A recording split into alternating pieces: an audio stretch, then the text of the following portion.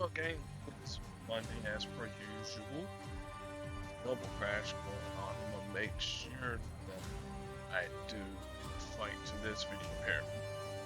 So this one here is Gertrude.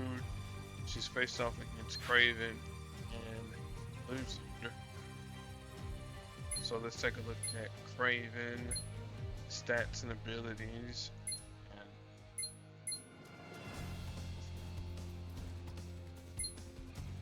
Alright, as we've seen, he's a black, purple, and blue user.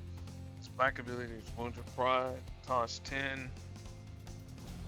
Creates a one-turn black countdown tile that destroys 3 AP and the enemy and ally's strongest colors, and then deals damage for each point of AP destroys.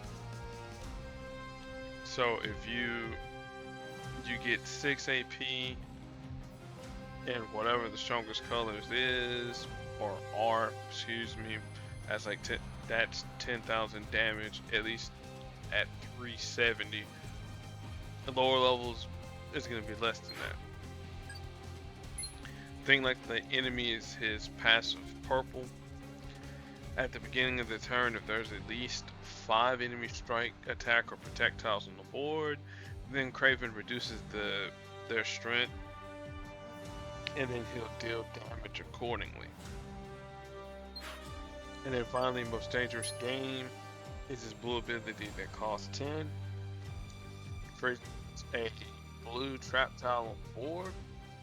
When any of these trap tiles are present, Kraven steals 1 AP in a random color each turn, similar to Electra, but Electras are targeted based off of her colors. But when this trap tile is matched, you convert 4 basic tiles to his team's strongest color. In this case, it'll be black, and then deal damage. The affiliations for Kraven: Villain, Sinister Six, Mercenaries, Archers, and Street Level. So we got Gertrude over here,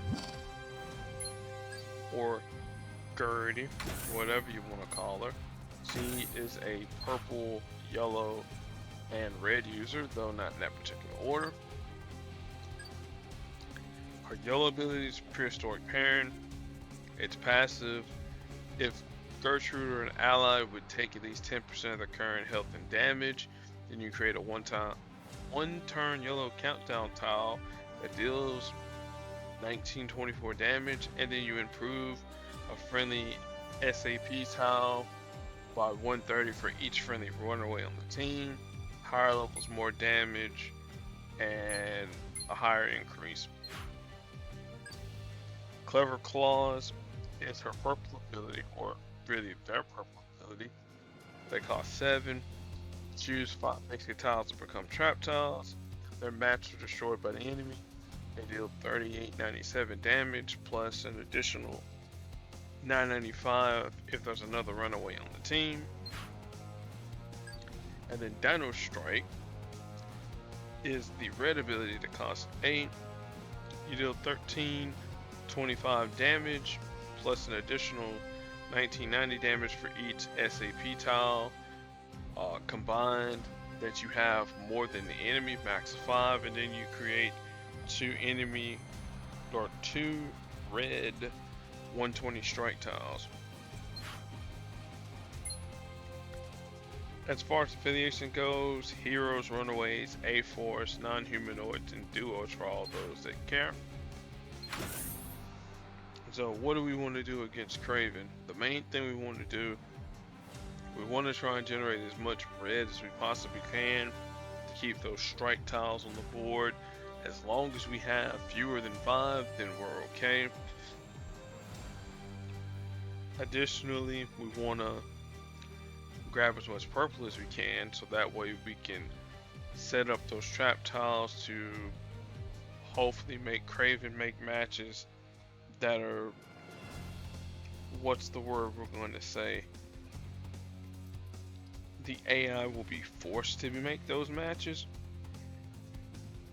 That's the idea. Now, will it work out? Well, we're gonna see. See, this would be a perfect time for the purple right there, guaranteed green matches, but instead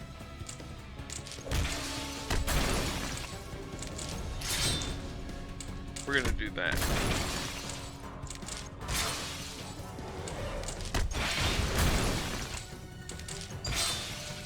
Alright, go ahead and activate. First cast the Dino Strike.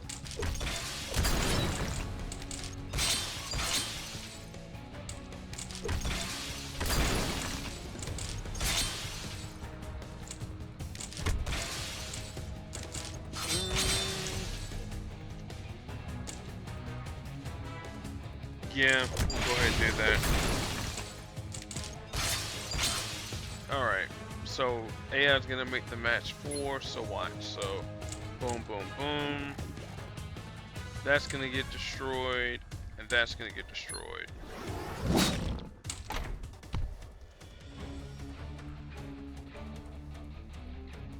Or maybe I should have thought that through. Either way, it'll work.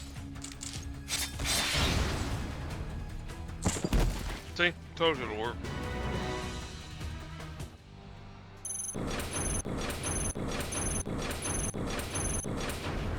Alright, those are all the rewards right there. At least for this set. Thanks Alliance for playing and doing well in the Alliance event. Now we're going to take a look at Lizard. Not supports, but Lizard. Lizard is a purple, black, and green user. Again, not in that particular order. Green, well, I should have looked at his power, the way they have it set up, 5, 5, 3, 5. I think that's how I got mine set up. It should be 5, 3, 5. Yeah. Alright, Ectothermic. Green ability, cost 7, deals damage to the enemy team, and then there's some caveats, or I should say conditions, that need to be met if you want to deal additional damage. If there's fewer than 11 blue tiles on the board, then you deal an extra amount of damage to a random enemy. If there's 7 or these 7 red tiles on the board, then you deal damage to another random enemy. Now if you get both 11 and 7 together, lucky numbers so to speak, then you'll do both of those conditions.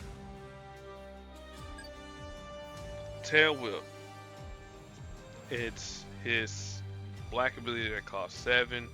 It's both active and passive.